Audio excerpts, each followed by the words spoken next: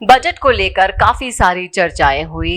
किसी को बजट अच्छा लगा, किसी को लगा कि इसको योजनाओं में तो शामिल कर दिया गया, लेकिन इसको धरातल पर लाया जाएगा तब देखते हैं कि किस तरीके से एप्लीकेशन किया जाता है बजट का। विपक्ष ने अलग तरीके से इसको लिया, लेकिन इन तमाम प्रतिक्रियाओं के बीच आज हम पहुंचे हैं सरिता मित्तल जी के पास। उनसे जानते हैं कि बजट, क्योंकि वो आम जन के बीच में रहती हैं और आम जन की प्रतिक्रियाओं को उन्होंने कैसे सुना, उनको क्या लगता है कि बजट पे वो क्या सोच रही हैं, ये सब जानेंगे आज इस वीडियो में, इसलिए बने रहेगा आखिर तक मेरे साथ। नमस्कार, मैं हूं चेतना शर्मा, आप देखना शुरू कर चुके हैं संवाद और सरिता मित्तल जी आपका बहुत बहुत स्वागत है। बहुत बहुत धन्यवाद।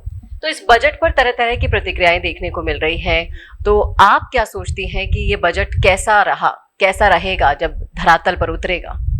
यह बजट विशेष तौर पर महिलाओं, गरीबों, किसानों और युवाओं को सोच के बनाया गया है। इसमें सबसे ज़्यादा जो फ़ायदा मिलेगा वो महिलाओं को मिलेगा, किसानों को मिलेगा और युवाओं को मिलेगा। युवाओं को अपने कौशल दिखाने के नए नए तरीके मिलेंगे, क्योंकि उसमें जो बजट पारित हुआ है तो युवा अपने पैसों की कमी की वजह से अपने कौशल को उभार नहीं पाते।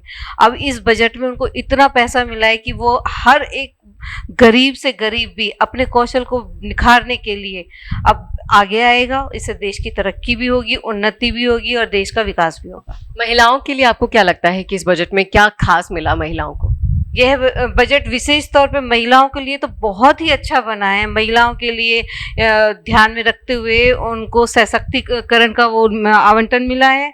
और लखपति दीदी योजना जो पहले 2 लाख करोड़ थी, अब उसको बढ़ा के 3 लाख करोड़ कर दिया है, जिससे महिलाओं के विकास में और फायदा होगा। और जो ये आयुष्मान योजना है, जो हमारी आशा कर्मी बहनें हैं और हमारी आंगनवाड़ी की बहनें हैं, उनको भी इस योजना से बहुत लाभ मिलेगा। इसी के साथ साथ बजट में किसानों को भी बहुत कुछ मिला है, आपका क्या कहना है इस पर? एग्रीकल्चर पे तो विशेष तौर पे ध्यान दिया है। भाजपा ही वो सरकार है जो किसानों के बारे में सोचती है। राजस्थान का बजट पारित हुआ जब भी किसानों को बहुत अच्छा मुनाफा मिला, बहुत फ़ायदा मिला और बहुत अच्छी योजनाएं लेकर भाजपा सरकार ने किसानों का बजट पास किया। और इसमें एग्रीकल्चर के लिए 1.52 लाख करोड़ का ऐलान किया गया है। और इन घोषणाओं से किसानों को आगे चल के बहुत लाभ मिलेगा और उनके लिए नई तरह की फसलों का भी ऐलान किया गया है और किसान इससे पूरा फायदा उठाएंगे। जी बिल्कुल सही कहा आपने कि किसान ही, कृषि विभाग ही ऐसा विभाग है जिसको सबसे ज़्यादा बजट आवंटन किया गया है। इसी के साथ साथ अगर हम देखें विपक्ष की तरफ, उसकी प्रतिक्रिया की तरफ, तो उन्होंने इसे सरकार बचाओ बजट का नाम दिया है। इस पर आपकी क्या प्रतिक्रिया है? ये तो देखो, राजनीतिक प्रतिद्वंदता की एक बयानबाजी है कि भाई कोई विपक्ष में होगा, वो जो सरकार चला रहा होगा उस पे बयानबाजी करेंगे।